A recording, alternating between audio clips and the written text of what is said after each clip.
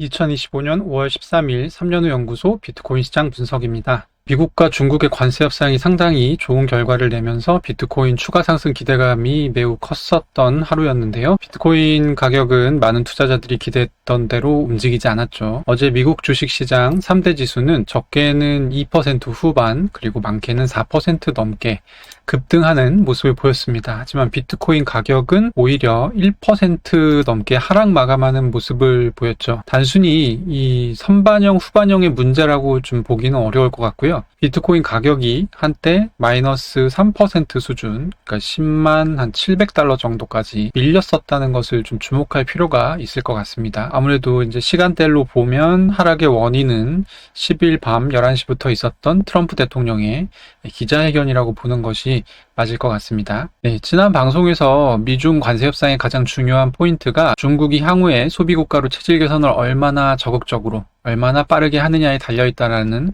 그런 말씀을 드린 적이 있죠. 실제로 미국이 145%에서 30% 정도 수준까지 중국의 관세를 낮춰줬고, 중국은 125%에서 10%까지 미국의 관세를 낮추는 타결이 이루어지면서 저는 당연히 협상이 잘 됐기 때문에 미국의 이 같은 요구사항이 좀 관철됐을 것으로 예상했습니다. 하지만 뚜껑을 열어보니 그게 아니었죠. 트럼프는 저희가 예상했던 대로 시장 개방을 요구했고, 실제로 그 내용을 마지막까지 조율을 했었는데 막판에 중국이 이 부분을 뺐다라고 얘기를 했습니다.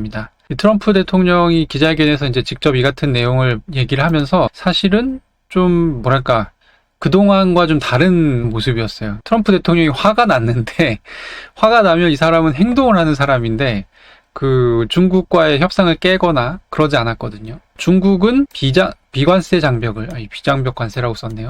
비관세 장벽을 낮추겠다라고 했고 서명을 하지 않았지만 어쨌든 경제를 오픈하기로 얘기를 좀 했다라는 얘기를 트럼프 대통령이 이제 기자회견 때 했고, 근데 이 말은 사실 살짝 좀 뒤집어 보면 어떤 의미냐면 미국이 중국의 서명이 없는 상태에서 확실한 약속이 없는 상태에서 145%의 관세율을 30%까지 낮추는 것에 동의해 준 거예요. 그러니까 트럼프는 이런 얘기를 하면서 좀 약간 본인이 약간 개면쩍었던 것 같아요. 그래서 중국은 거래를 매우 원하고 있고 협상하기로 한 내용을 지킬 거다. 뭐 이런 쓸데없는 얘기까지 좀 했습니다. 정리를 좀 해보면 그만큼 아마 중국 쪽에서 물건이 넘어오지 않는, 수입이 되지 않는 부분 때문에 월마트 매대가 텅텅 비는, 그리고 그것이 언론의 어떤 사진과 카메라에 찍혀서 보도되는 상황에 대한 트럼프 정부의 공포감이 굉장히 컸던 것 같아요. 그래서 별로 협상을 체결하고 싶지 않았지만 체결했다라는 어떤 뉘앙스가 어제 기자회견에서 조금 이렇게 저는 전해져 왔고, 또 하나는 트럼프가 이날 기자회견에서 중국이 펜타닐을 멈추기로 했다 라고 이제 얘기를 했다는 점이에요. 결과적으로 봤을 때 저는 어떤 생각이 들었냐면 이날 도출된 30%의 대중 관세율이 나중에 추가로 더 낮아질 수도 있겠다라는 생각이 들었습니다. 왜냐하면 이 30% 중에 20%는 올해 2월과 3월에 10%씩 보편 관세로 추가된 내용인데, 미국은 이 관세를 추가하면서 중국의 펜타닐 전구체 수출을 근거로 꼽았었는데요. 이 전구체는 전에 설명드렸지만 펜타닐을 만들기 직전 단계에 있는 화합물을 얘기하죠. 이것을 중국이 멕시코 등지로 수출을 하는 것이 미국에 대한 공격이다 라고 해서 20%의 펜타닐 관세를 매긴 것인데, 사실 중국에서 펜타닐을 멈추기로 한다라고 하면 이 20%를 추가로 내려줄 수 있는 그런 근거가 될 수 있겠죠. 자, 그럼 지금 상황은 사실 우리가 원하던 관세 전쟁의 종료라기보다는 어떤 일시적인 중단에 가까운 그런 상태라고 봐야 될 것 같습니다. 중국이 향후 협상에서 이 느슨하게 약속했다라고 하는 시장 개방에 대한 부분을 거부할 수 있겠죠. 그러면 또 이 협상은 6일 이후에 또 빠그라질 수 있는 것이고, 그리고 또 심지어는 펜타닐 전구체 수출에 대한 약속도 안 지킬 수 있겠죠. 그렇게 되면 이 중국과의 어떤 협상은 다시 뒤집어질 수 있는 그런 성격의 것이 아닌가라고 생각합니다. 또 하나 또 중요한 부분이 이 트럼프가 이날 기자회견에서 EU와의 상당히 강력한 난타전이 벌어질 수 있다는 것을 예고를 했습니다. 사실 이 기자회견 자체가 미국의 약값을 세계 최저가에 가깝게 낮추겠다라고 하는 내용의 행정명령을 소개하는 그런 기자회견이었는데요. 트럼프 대통령은 이번 이제 정책의 주요 타겟으로 명시적으로 그 유럽연합, EU를 지목을 했습니다.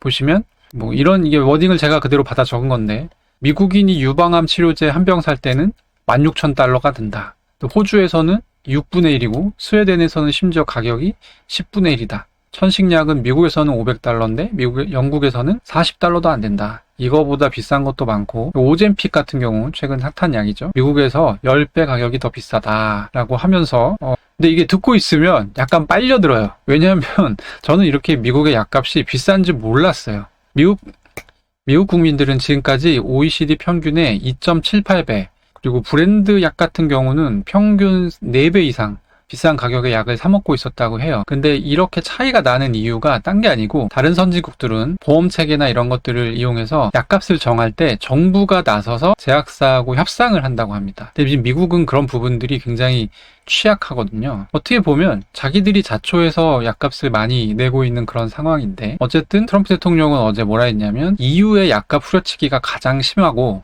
그것 때문에 미국 환자들이 높은 약값을 부담하고 있다, 이렇게 얘기를 했습니다. 그러니까 이제 내리고 싶으면 자기들이 그냥 내리면 되는데 그걸 또 남 탓을 이렇게 또 하는 거예요. 그래서 사실상 미국 환자들이 독일이나 EU 국가들의 어떤 사회주의 의료 체계를 사실상 이제 보조해왔다라는 논리로 이제 막 엄청 점프를 시작하더라고요. 그러면서 미국 내 처방약 가격을 다른 선진국, 특히 약값이 낮은 이제 유럽 국가들 수준으로 낮추겠다라고 해서 이제 최애국 그 대우라고 해서 국가끼리 협상할 때, 이게 협상이라는 게 나랑 협상을 하고 다음 협상에 더 좋은 조건이 생길 수 있잖아요. 근데 최애국 대우가 뭐냐면 나랑 협상을 하고 협상이 이미 끝난 상황이어도 다른 사람과 더 좋은 협상을 했으면 그 내용을 내 협상에 적용을 해주는 게 이제 최애국 대우라는 그런 내용인데, 이 약값의 이 개념을 가져온 겁니다. 제약사가 세계 어느 선진국에 이 약을 팔던지 제일 낮은 가격이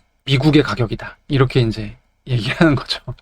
그래서 어쨌든 이제 요런 내용의 행정명령을 어제 내렸고요. 그러면서 제약사들은 30일 내에 자발적으로 미국 약값 내려라 라고 압력을 했고, 이 약값이 비싸면 아무래도 서민들이 힘들 테고 미국의 서민들이 약값 싸게 한다는데 누가 반대하겠습니까? 근데 이제 다음이 문제입니다. 트럼프는 외국 정부들에게 부당하게 약값을 후려치는 것을 멈춰라 라고 하면서 이 행위는 비관세 장벽에 해당한다고 급발진을 시작합니다. 그리고 이 부분에 대해서 보복관세를 매기겠다라고 얘기를 했습니다. 아무래도 이 싸움의 1차적인 상대편은 아마도 가장 적극적으로 약값에 개입하고 있는 선진국들이 모여있는 EU가 되겠죠. 그래서 이 중국이 없어진 링으로 EU를 불러 올리는 관세 파이터로서의 트럼프의 면모가 새삼 다시 사람들한테 각인이 되는 그런 기자회견이었던 것 같습니다. 네, 정리를 좀 해보겠습니다. 일단 미국, 중국 관세에 대한 평가를 해보면 승리자는 없는 것 같습니다. 양쪽의 필요에 의해서 전격적으로 이뤄진, 미국은 시장 개방에 대한 요구를 했지만 중국이